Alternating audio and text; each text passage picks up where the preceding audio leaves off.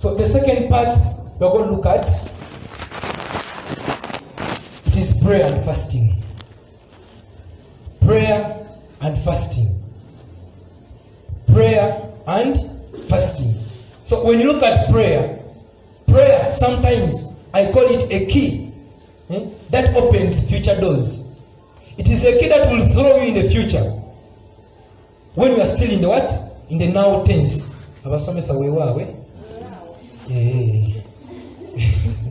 So in the now tense you are here, but because you have made a certain cry to God, He has taken you somewhere and He's telling you at such and such a time this is what's going to happen to you. Are we together? Prayer. Many times we love forging our way out and we say God does not answer prayer. Who told you God never answers prayer? Jeremiah 33 verse 3. Call to me and I will answer. How can you say that God does not answer prayer? How?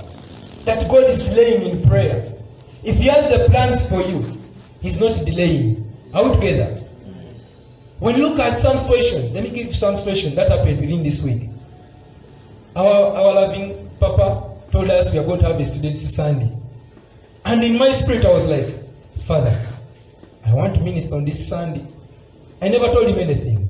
I went to God in prayer. I went on Monday, I prayed. I want to minister on Sunday. On the second day, I went back to God in prayer. And I was like, God, if it's your will, let it be done. If it's not your will, I'm not in it. On Wednesday, Papa calls me. Ken, you're going to minister on what? On the Sunday. I said, okay, Papa. I never told him anything. I just told him, you know what? Because on Tuesday, I was like, let me pray for the people who are going to minister on Sunday. Then he comes on Wednesday. Ken, you are going to minister on Sunday. Then on Thursday, it's like, okay, we shall confirm. Am I trying to put myself there? I never told him anything. I went back to the place of prayer. I prayed to God. As I was praying, God shows me the students ministering. As the students were ministering, people were coming to the church. And I received a voice telling me, go and finish up the sermon you're trying to make. Early in the morning on Friday, Papa calls me again. I have confirmed you're going to minister on what? On Sunday. And someone will tell you, God does not answer prayer. There are people God is speaking to. He's our Father. We need Him. We need His presence at any time and anywhere. In whatever decision you're going to do. I don't know what you're praying for. I don't know what you're believing God for. But at the place of prayer. When you look at Luke 18:1, Jesus tells a parable. And He says, He spoke to them a parable that men ought to pray always and not lose heart. You have prayed the first time, you have given up. The second time, you have given up. I started praying on Monday and I was receiving confirmations. And I prayed even till today. I was praying. Even there I was still praying. Are we together? God answers prayer. Are we together? And the prayer will activate the heavenly what? Assignments, and it will activate the heavenly anointing. There is some controversial thing in Acts chapter 12. Acts chapter 12. The Bible speaks about how James was killed. And again still it speaks about how Peter was imprisoned. Are we together? The other was killed, the other was imprisoned. When you look in verse 5, the Bible will tell you that the believers, the church, they don't say that prayer, but they say constant prayer. Are we together? Yeah. How long have you prayed for? Hannah prayed year by year. He could go to the house of God. He could pray year after year after year. How constantly have you prayed? What are you trying to desire for? What are you asking God for? Have you given up?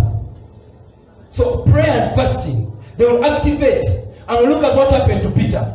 that the heavens, when these guys started praying, when the church started praying constantly on a daily basis, God looked among the angels and said, you know what? My servant is in prison. Go and bring out my servant. Are we together? Yes. Is God speaking to us? Go and bring out what? My servant. And that's exactly what happened. That the prayer they made here, the prayers we make while on earth here, they are received up in heaven. Are we together? They are received up. And when the angel came, we see restoration also coming. He tells him, gather up yourself, pick up your sandals, do this and do this and do this. Are we together? And until the angel got to Peter and pushed Peter outside the third gate, that's when the angel left. There was a first gate, the second gate. I believe at the first gate, these guys were still praying. They were still praying. Why do I say that they were still praying? It is confirmed that when Peter reached at the door, he knocked. By the time he knocked, they were still in prayer. You have prayed for now and you have given up. You have said, you are at the first gate. There is a second gate. You are not yet outside the third gate. Are we together? Prayer. The power in prayer. Are we together? Spiritual preparation. At the place of prayer, there are some destinies that God is ordering, or there are some ministries that God is ordaining. Are we together? You are desiring for some anointing. Look at the following chapter, Acts chapter 13. Acts chapter 13, as we are soon winding up. Acts chapter 13. The Bible says, verse 1, that while they were praying, while the church in Antioch was praying, while it was praying, the Holy Spirit came and spoke. Separate for me Saul and Barnabas. Separate for me. The Holy Spirit came in. Are we together? Yes. Let me just sum up with these ones. Not so much.